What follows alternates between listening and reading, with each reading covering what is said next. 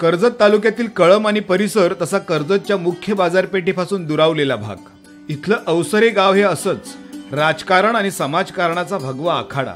आखाडा यासाठीच म्हणायचं की इथं शिवसेनेचा भगवा खांद्यावर घेऊन गावागावातून डरकाळी फोडणारा ढाण्या वाघ म्हणजे भरत भगत सर्वांचं श्रद्धास्थान.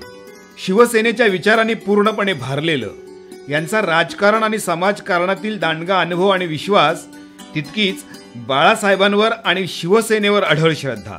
वंदनीय शिवसेना प्रमुखांच्या विचाराने गेले अनेक वर्ष मी शिवसेनेमध्ये कार्यरत आहे.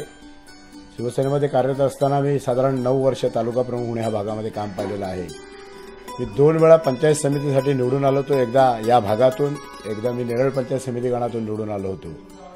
आणि त्यामुळे स्थानिक स्वराज्यामध्ये संस्थेमध्ये चालणारं कामकाज याचा आपल्या पाठीशी दांडगा अनुभव आहे. शिवसेनेच्या क्रांतिकारी विचारांची भरत भगत यांची नाळ जोडल्या गेली ती क्रांतीच्या उदरातून जन्मलेल्या भगव्या लाटेमुळेच. भरत भगत यांचे वडील भगत मास्तर हे क्रांतिकारी विचारांचे. देशाच्या स्वातंत्र्य लढ्यात आणि भूदान चळवळीतील त्यांचा सक्रिय सहभाग, तोच क्रांतिकारी विचारांचा वारसा भरत भगत यांना रक्तातूनच मिळाला. तो वारसा आणि ती सामाजिक क्रांतीची ज्योत वारसा हक्काने आपल्या पुढील पिढीने विश्वासाने सांभाळावी म्हणून ते प्रयत्न करीत आहेत. या निवडणुकीमध्ये मी स्वतः न उतरता माझ्या मुलाला मी निवडणुकीला सामोरं उतरवतोय.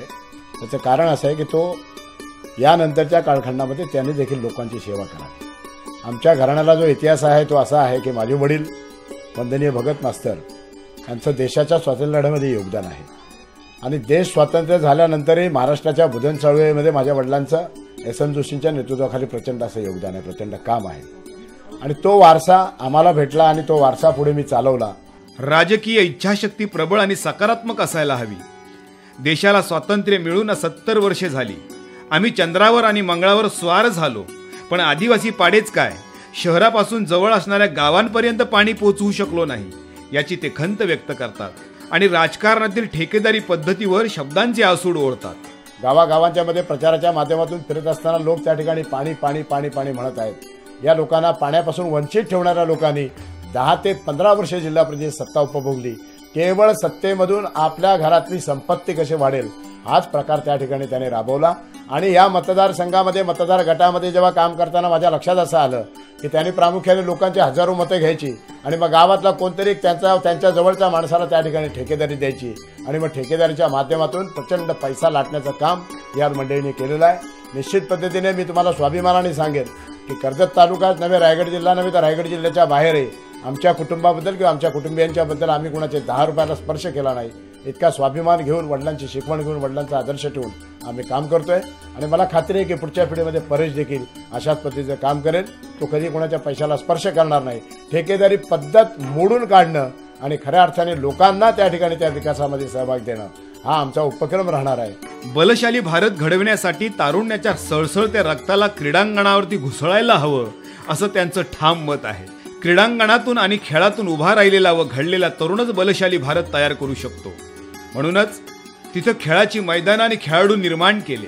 वंदनीय भगत मास्तरांच्या निधनानंतर मी त्या ठिकाणी क्रांतीवीर भगत मास्तर प्रतिष्ठान म्हणून संस्था उभी केली आहे. जी संस्था सामाजिक, क्रीडा, शैक्षणिक आणि सांस्कृतिक अशा 4 विषयांच्यावर काम करते. त्याच्यापैकी क्रीडा या विषयासाठी माझ्या कुटुंबियांनी 1.5 एकर जागा त्या संस्थेला डोनेट करून त्या ठिकाणी एक प्रचंड मोठं मैदान उभं केलं. ज्या मैदानामध्ये आज मुलं खेळतायत, बागडतायत. स्थानिक स्वराज्य संस्थांनी यासाठी योगदान दिलं पाहिजे असं त्यांना वाटतंय. याबाबतचा सकारात्मक दृष्टिकोन राज्यकर्त्यांना असायला हवा आणि असा राज्यकर्ता तयार व्हावा म्हणून ते आपला मुलगा परेश भरत भगत आणि तरुण कार्यकर्ता राहुल विशे व ज्योती चोखट यांना राजकारणाच्या आखाड्यात उतरवलं आहे. खऱ्या अर्थानं जिल्हा परिषद पंचायत समितीच्या माध्यमातून या भागामध्ये खेळाडूंच्यासाठी मैदानं उपलब्ध झालेली नाहीत, ना खेळाडूंना कुठली व्यायामशाळा उपलब्ध नाही. मग तुम्ही बलशाली पिढी जर घडवण्याच्या गोष्टी करत असाल तर आत्तापर्यंत हे कोणी केलं नाही. मी निश्चित पद्धतीने या ठिकाणी लोकांना आश्वासन देईन की परेश भगत, राहुल विषय आणि ती ज्योती हे लोक निवडून आल्यानंतर हे 2 पंचायत समितीमध्ये हा विषय हाताळतील. त्यामुळे आपलं बहुमूल्य मत आपण निश्चित पद्धतीने धनुष्यबाण आणि पंजा या निशाणीसमोरचं बटन दाबून तिन्ही उमेदवारांना प्रचंड मताधिक्याने विजय करा. तुमची सेवा करण्याची संधी त्यांना द्या.